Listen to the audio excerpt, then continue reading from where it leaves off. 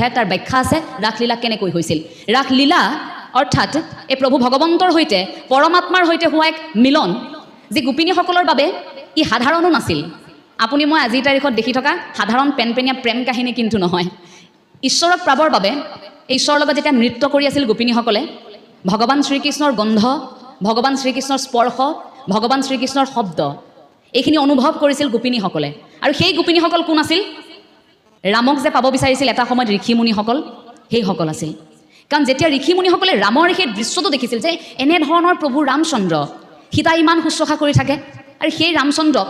পোৱাটো তেওঁলোকৰ বাবে সৌভাগ্য বুলি ভাবিছিল যে এবাৰ যদি প্ৰভু ৰামচন্দ্ৰৰ আমি দৰ্শন পালোহেঁতেন আৰু তেতিয়াই প্ৰভু ৰামচন্দ্ৰই কি কৈছিল যে বোলে নহয় মই যেতিয়াই এই দাপৰ যুগত কৃষ্ণ ৰূপে যেতিয়াই জন্ম ল'ম আপোনালোক সকলো থাকিব আমাৰ সৈতে আমি যেতিয়া কৃষ্ণ ৰূপে জন্ম ল'ম আপোনালোক তেতিয়া গোপী হ'ব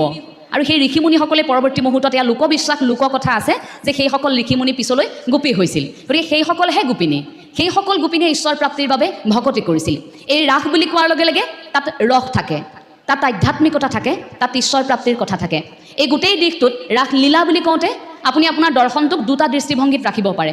প্ৰথমে আপুনি বহিদৰ্শন আৰু আপুনি আনটো অন্তদৰ্শন বুলি ৰাখিব পাৰে বহিদৰ্শন কেনেকুৱা যে আপুনি আজি মূৰ্তি এভাগ দেখিলে সোমাই আহোঁতে তোৰণৰ ওপৰত খুব সুন্দৰকৈ ৰাধাকৃষ্ণৰ যুগলবন্দী ইমান সুন্দৰকৈ এভাগ মূৰ্তি আছে দেখিয়ে ভাল লাগি গৈছে আপুনি মূৰ্তিভাগ দেখিলে বহিদৰ্শন আপুনি বাহ্যিকভাৱে যিখিনি দেখি আছে আজি ৰাসখনি চালে ৰাসখন চাই আপুনি যিখিনি অনুভৱ কৰিলে কিন্তু অন্তদৰ্শনটো হৈছে ইয়াৰ পৰা আপুনি কি লৈ গৈছে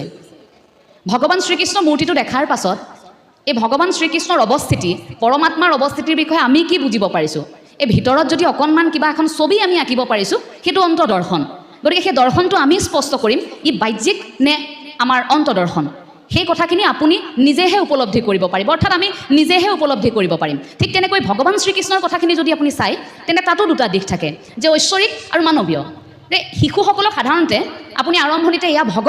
ভগৱানক পাবৰ বাবে তুমি এনেকুৱা কৰিব লাগিব তেনেকুৱা কৰিব লাগিব বহুত কষ্ট ভগৱানক পাবৰ বাবে এই কথাবোৰ মনত সোমোৱাই দিয়াতকৈ এটা সাধাৰণ নাটকৰ চৰিত্ৰৰ দৰে যদি আপুনি শিকায় সেয়া আপুনি গুৰুজনাৰ পৰাও আৰম্ভ কৰিব পাৰে শ্ৰীকৃষ্ণৰ চৰিত্ৰটো যদি নাটকৰ এটা চৰিত্ৰ বুলি আপুনি শিকাবলৈ আৰম্ভ কৰে যে ভগৱান শ্ৰীকৃষ্ণই যেতিয়া জন্ম লভিছিল এই পৃথিৱীক উদ্ধাৰৰ হেতু কেনেকৈ জন্ম লৈছিল সেই যে আৰম্ভণিৰ সময়খিনি দৈৱকী বসুদেৱৰ কোলাত জন্ম হোৱা কৃষ্ণ তাত পালিত হ'ব নাপায় তাৰ পাছত হাতত গতাই দিয়া হৈছিল নন্দ আৰু যশোদাৰ কেনেকৈ গৈছিল সেইজন ভগৱান শ্ৰীকৃষ্ণৰ কথা যিগৰাকী ভগৱান কৃষ্ণ ইচ্ছা কৰিলে তেওঁৰ পালিত পিতৃ মাতৃ যশোদা আৰু নন্দ যথেষ্ট ধনীও আছিল আদ্যবন্ধু আছিল গতিকে নিজৰ দায়িত্বটো পালন নকৰাকৈ ধুনীয়াকৈ সেই তাতেই হাঁহি মাতি লগৰীয়াৰ বন্ধুৰ সৈতে খেলি থাকিব পাৰিলেহেঁতেন কিন্তু ঈশ্বৰৰ জন্মৰ যিটো উদ্দেশ্য সেইটো সফল কৰিবৰ বাবে তেওঁ মাতৃ যশোদাক এৰি থৈ তেওঁ প্ৰাণৰ ৰাধাক এৰি থৈ গোপিনীসকলক এৰি থৈ তেওঁ পিতৃ নন্দক এৰি থৈ তেওঁ গুচি গৈছিল সেই যুদ্ধ পৰিচালনা কৰিবলৈ গুচি গৈছিল অৰ্জুনৰ ওচৰলৈ সেইখন হাতত সুদৰ্শন যেতিয়া আহিল সেইখন হাতত কিন্তু বাঁহী কেতিয়াও নাই বাঁহীটো এৰি থৈ গৈছে ইয়াত বাঁহী লোৱা সময়খিনি তেতিয়া আকৌ ৰাধা আছিল কাষত গোপিনীসকল আছিল কাষত আৰু তাৰ পাছত সেই হাতত বাঁহী লোৱা সেই কৃষ্ণৰ সলনি ঘটি স্থিতপজ্ঞ এজন কৃষ্ণ হৈছিল সেইগৰাকী কৃষ্ণ যি কৰ্ম সংস্কৃতিৰ কথা কয় যে পৃথিৱী লুটি খাই যাওক যি হওক আপোনাৰ যিটো দায়িত্ব আপুনি সেইটোৱেই পালন কৰিব লাগিব আপোনাৰ যিটো কৰ্ম আপুনি সেইটো কৰক সেইটোৰ জৰিয়তেহে বোলে ঈশ্বৰ প্ৰাপ্তি গতিকে সেইখিনি ভগৱান শ্ৰীকৃষ্ণক আমি সাধাৰণ মানুহ হিচাপে যদি কেতিয়াবা ভাবি চাওঁ যে নাটকৰ এটা চৰিত্ৰ বুলি আপুনি ভাবি লৈছে শিশুসকলে বুজিবলৈ তেতিয়া ভাল হ'ব আপোনাৰ সন্তানে আজি নাটকখন চাবলৈ আহিব